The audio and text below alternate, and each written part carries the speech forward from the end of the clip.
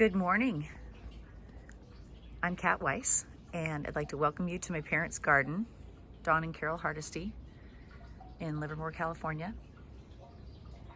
And this was an existing garden, originally planted in 1980. So the trees are quite mature at this point in time. It had a very large lawn,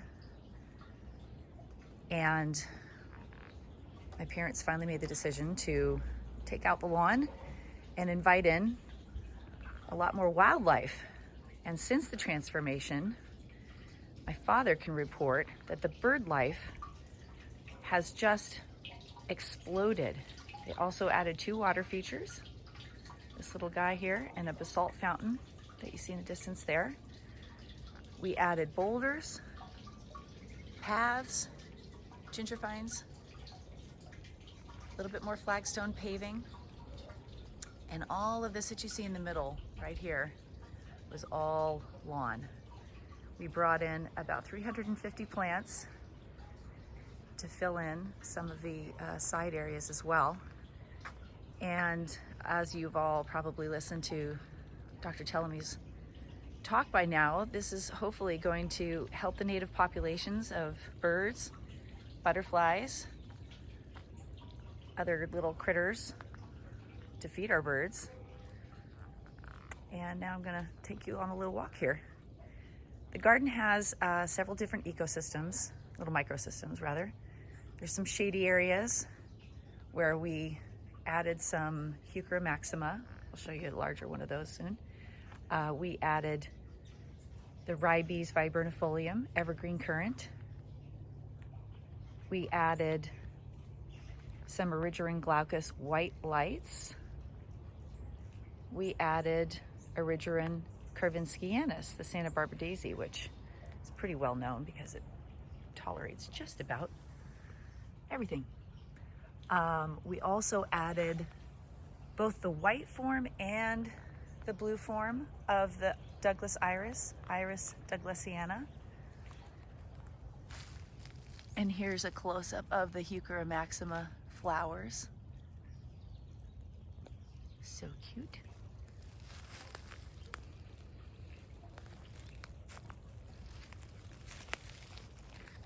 We have giant chain fern, Woodwardia fimbriata. Also in the shade, we have Mimulus aurantiacus, sticky monkey flower. And around here, the sticky monkeys grow on the north slope, so they do get a bit of an afternoon shade. It can tolerate full sun out here, but I'm finding they really prefer to have a little bit more protection. We've also got some mahonias. This one's kind of covered with some tree stuff and not quite in flower yet. Also on the edge of the shade here, we have the Heuchera sanguinea. This one is the splendens variety.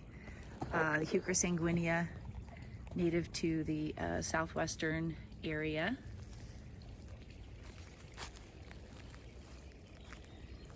There is a 9-bark that we planted back in 2005, which is huge. And in the shade, you can see some more mahonia.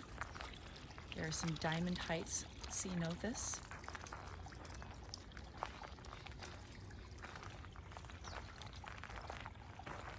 Here's a lovely fountain.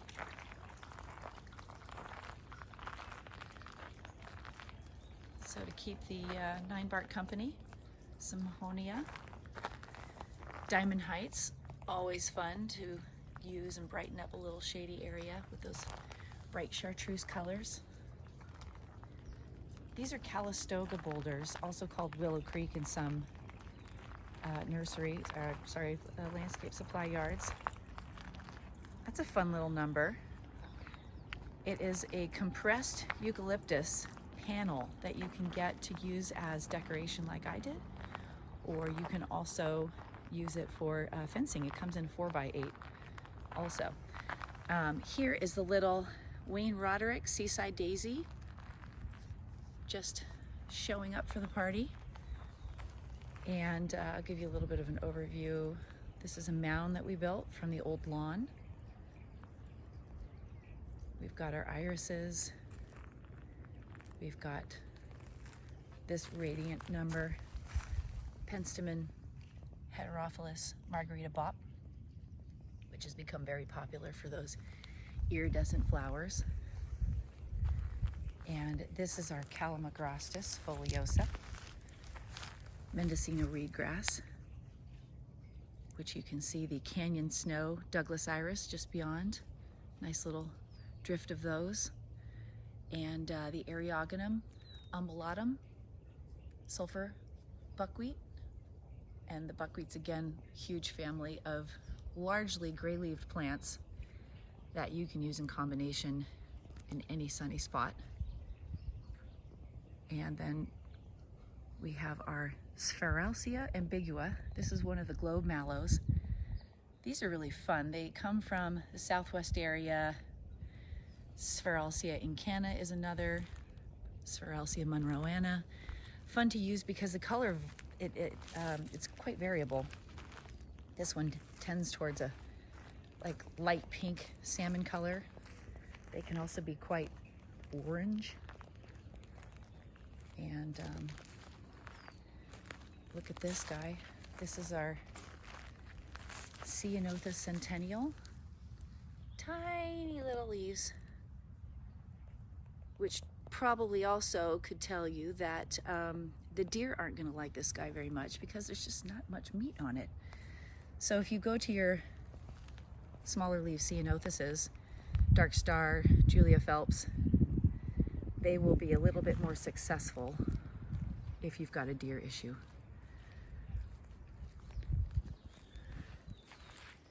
Here is a close-up of our purple-form Douglas iris. And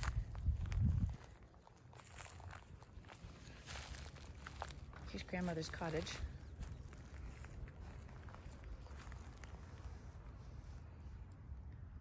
Little baby Bouddalua, blue grama grass. They'll come up with these super cute little mustache-shaped flowers. And just popping up, the milkweeds. These, of course, are super important for our monarchs, habitat as well as feeding. So even though they turn into true perennials, dry up, leave them there until you can tell for sure if somebody has taken it as a home or not. We've got some ground cover manzanitas, little Massachusetts and Point Reyes. Grandmother's cottage has some California fuchsia, which is a great one for late flowering into the summer. Red tubular flowers. Hummingbirds love it. A little bit more irises in there. And behind us there's another 9-bark, Physocarpus capitatus, and Symphocarpus, our snowberry, native snowberry. Good for the woodland edges, which is where they kind of like to be. They don't mind some sun, but they're sort of used to peeking out amongst the larger forested areas. There's our little Cercis occidentalis, red bud. It's going to make a nice little pop of color in the very early season. And this is our native dogwood, Cornus sericea Bailey. It's these beautiful little umbels of flowers and very red stems.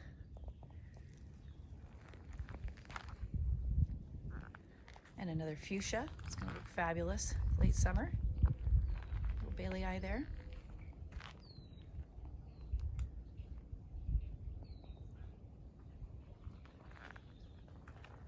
Here's the garden from this angle.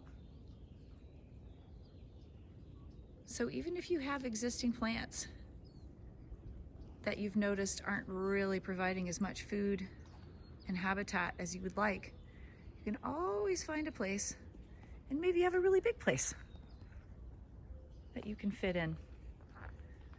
Some natives bring in the fun. We have a lot of native Dudleas that love to be on a mound or in a pot This is Deadlia pulverulenta. You can pair it with a boulder. They look really awesome. Deadlia palmeri. You can try Deadlia farinosa, Deadlia candelabrum.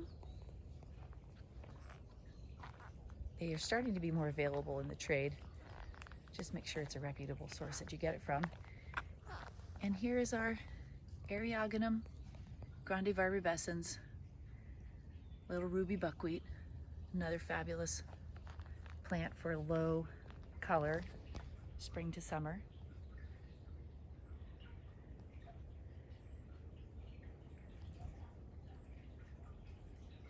Thank you for joining me.